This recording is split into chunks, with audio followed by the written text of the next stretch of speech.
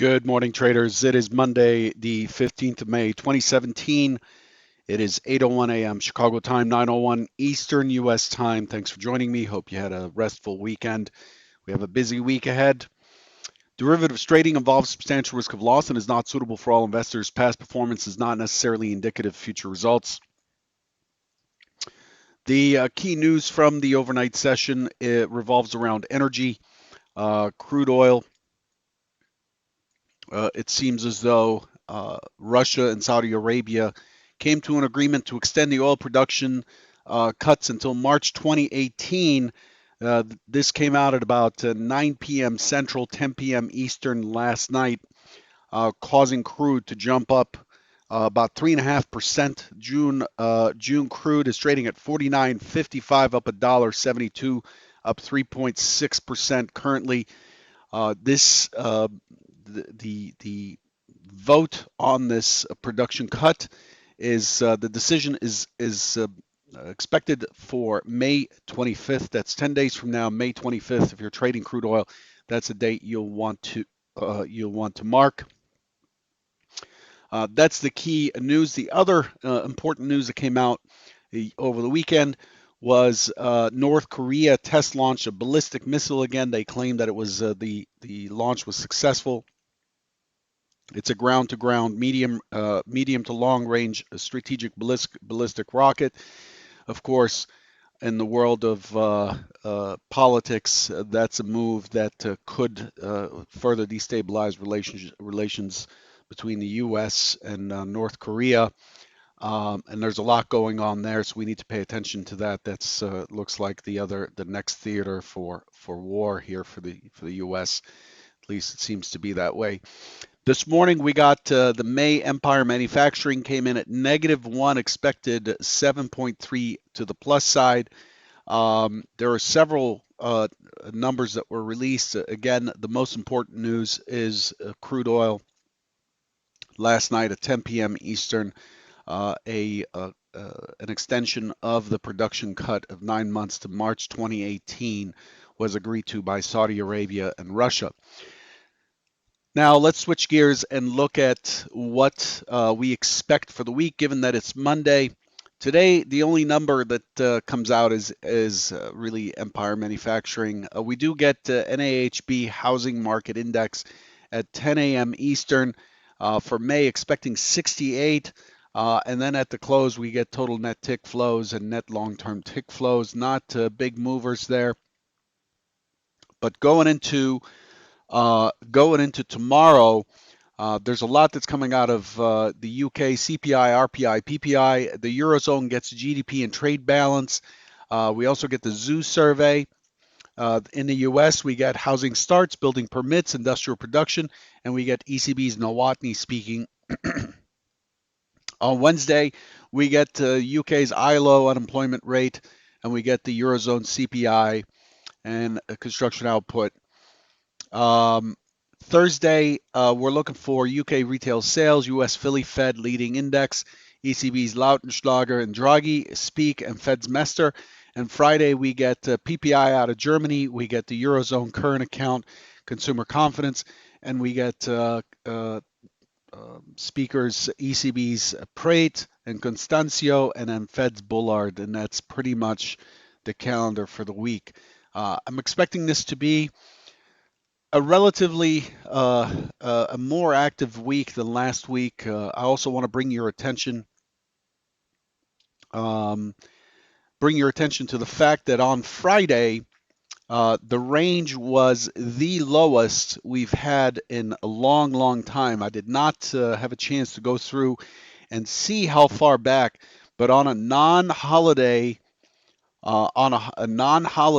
this goes back at least a year.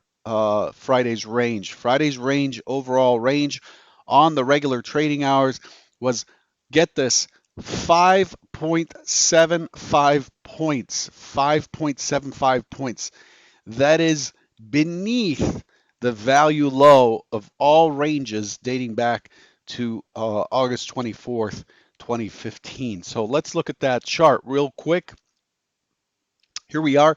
Down here, Down here, this is a range chart. This measures the high and the low and gives us a histogram of the range. Over here, we get a histogram of we don't get a histogram of the range. We get this gives us the data points for what the range is on a daily basis. And then over here, we get a histogram of the range. Um, and so what we see here is this is the value high of the range, meaning what is the top side of normal. This is the bottom side of normal. That's the first standard deviation. And if you look at the statistics on it, the most common range is 11 points on any given day. The low side is 7 points.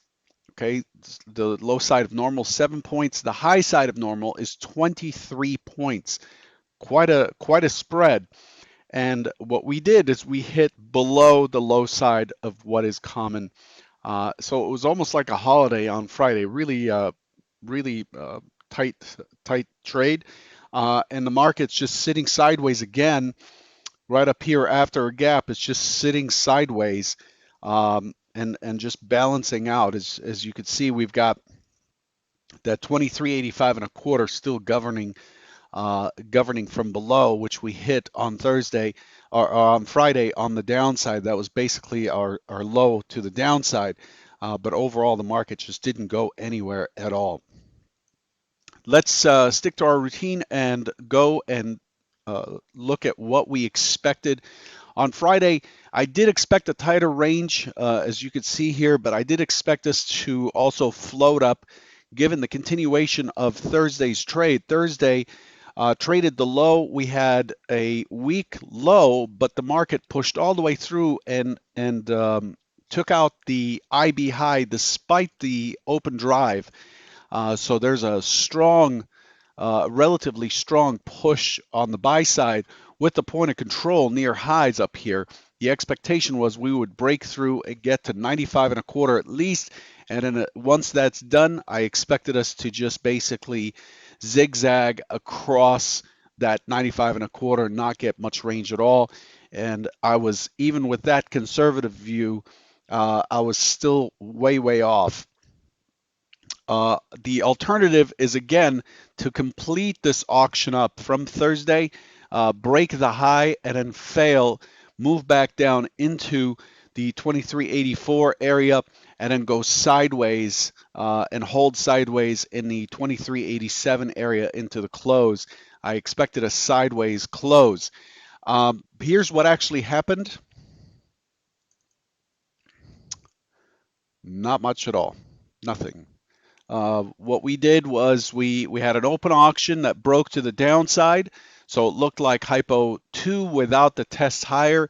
We still have a lot of this energy up here that's likely to be tested. We're moving up into it. The overnight high is just 2 ticks below our target for Friday, 94.50.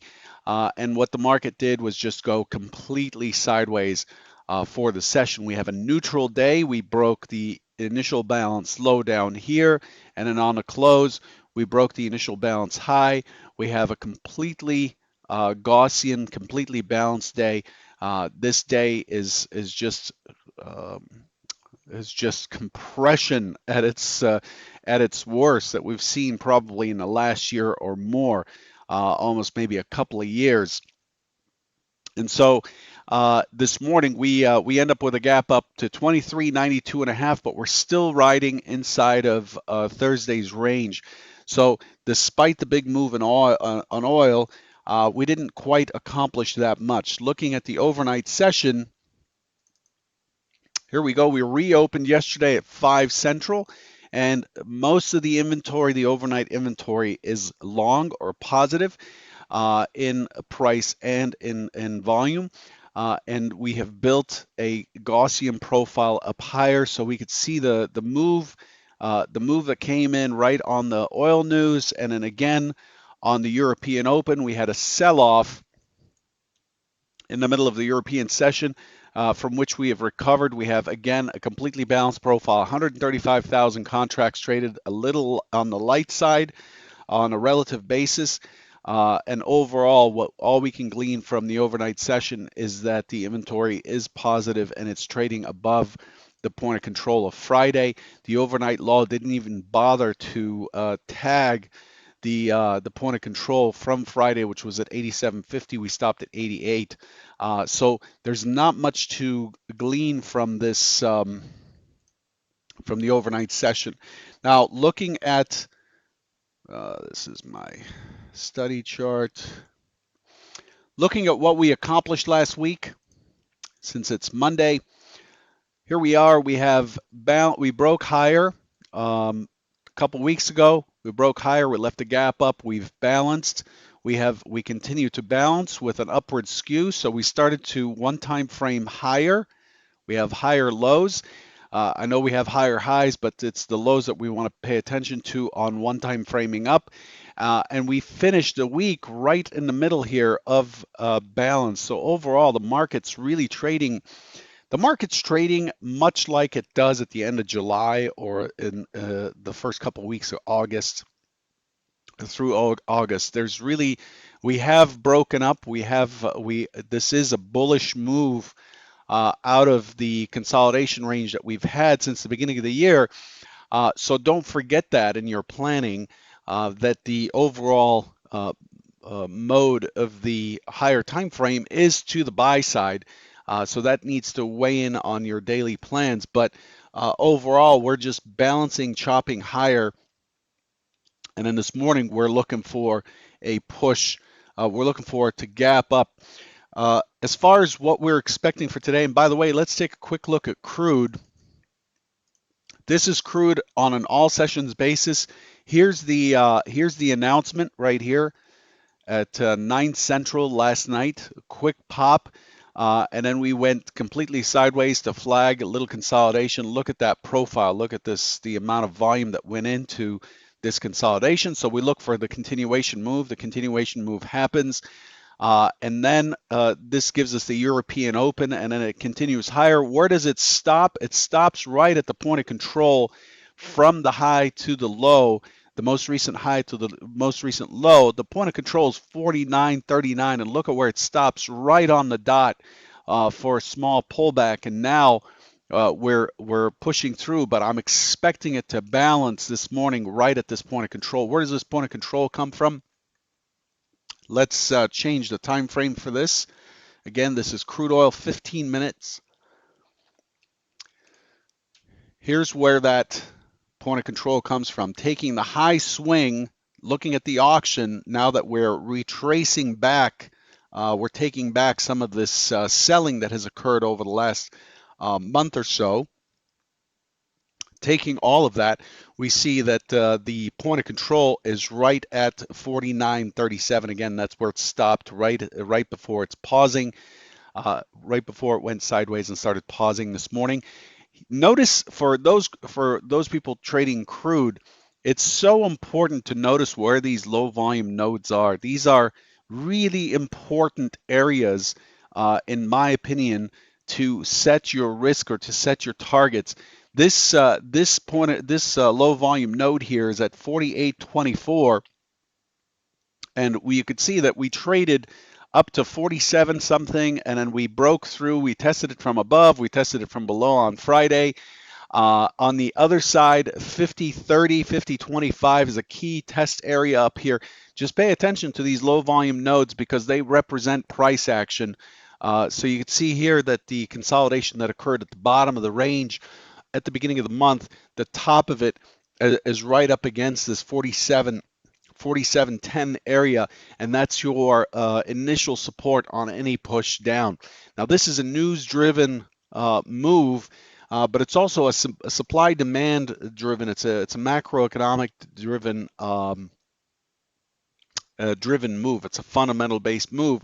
So we still have a scene of the crime at the prior day's close on oil, but we may not see it come back for a while. However, it is still news driven, and therefore the scene of the crime is really important. The scene of the crime right now is around 47.80 or so. 47.80 is the key, around the key area that the market's likely to retest from above. as this move makes its way through everybody's desk this morning and is weighed in. And of course, um, the May 25th decision will cement that or cause the market to push back towards that price, the equilibrium price that we were in before the news came in. Now, for this morning, I'm expecting overall we're still inside of this balance zone, this MC that's dotted out with this composite profile. Let's extend it out to include Thursday and Friday's range. And all we did on Thursday and Friday is just fill in more and more and more of the profile. So let's scooch this over here. All right. So, and then let me bring this profile to the front. There we go. So you can see how it's just very bulky down here. There's a fair amount of support at 85 and a quarter still. The expectation this morning is for an open auction. I'm looking for responsive selling into the 2390 area. 2390. I'm looking for it to base and then potentially to push up to 94, 95, and then hold sideways for the session. I'm not expecting more than 6 or 7 points today. I don't see this oil news as moving us or riding us into new all-time highs. It's possible that it may, but this is what I'm looking for today. I'm looking for the first move to be a test down and then for the market to base and then test up but end up sideways. I'm looking for the market to close in the 2393 area. 2393 is where I'm expecting it to close, right in here. Alternatively, if we do get some runners this morning, I'm looking for an open test drive or an open rejection reversal. But I'm looking for that to fail. I'm looking for it to come back down into the 90 area and then end up again. This hypo is looking for a push up, anticipating a push down, and then the market is likely to hold sideways again. Okay. Now, on the off chance, because we're off balance and we're at the higher end of the composite here, on the off chance that we get a push, an immediate push higher and a response, then the targets for hypo 3 are likely to be 23, 87, 75, 85 and a quarter is expected to give it a bounce, breakthrough, and then hold steady and finish somewhere inside of this MC point of control. That is hypo 3. It is a selling hypo. I'm not seeing a play for new all-time highs, but anything could happen. That's hypo 4. Hypo 4, test real quick, unable to find any interest to the downside, and all you're left with are buyers as sellers get squeezed out. And then we start to move towards 2401.75 or 2401.50 becomes a target to the upside. That is hypo 4. I know that's a lot of hypos, given that I generally cover just 2, but we are there is a driver here, but also we have been consolidating for so long. Eventually, we are likely to have one of these situations where we gap and move away. I don't know when that's going to happen. It's unlikely to be today, given that it's a Monday and there really isn't all that much to factor in. But we'll probably end up just testing both sides and going sideways and end up closing it in the 93 area this afternoon. That's my greatest anticipation. So we'll see. Anyway, that leaves you with the ideas for the day. Don't forget that you need to sit down and figure out what your performance is and set goals for the week. This Thursday, I'm doing a webinar about performance tracking and journaling for Futures IO. The invitation for that is on the Twitter feed. It'll be added to the video description here shortly. But make sure you attend that if you're not setting goals for yourself. It's really important to be aiming and chiseling on something every single week. Otherwise, you're just spending your time staring blankly at the screen, repeating the same mistakes and doing the same thing, but expecting progress. It doesn't work that way. Good luck, and I'll catch you soon. Take care.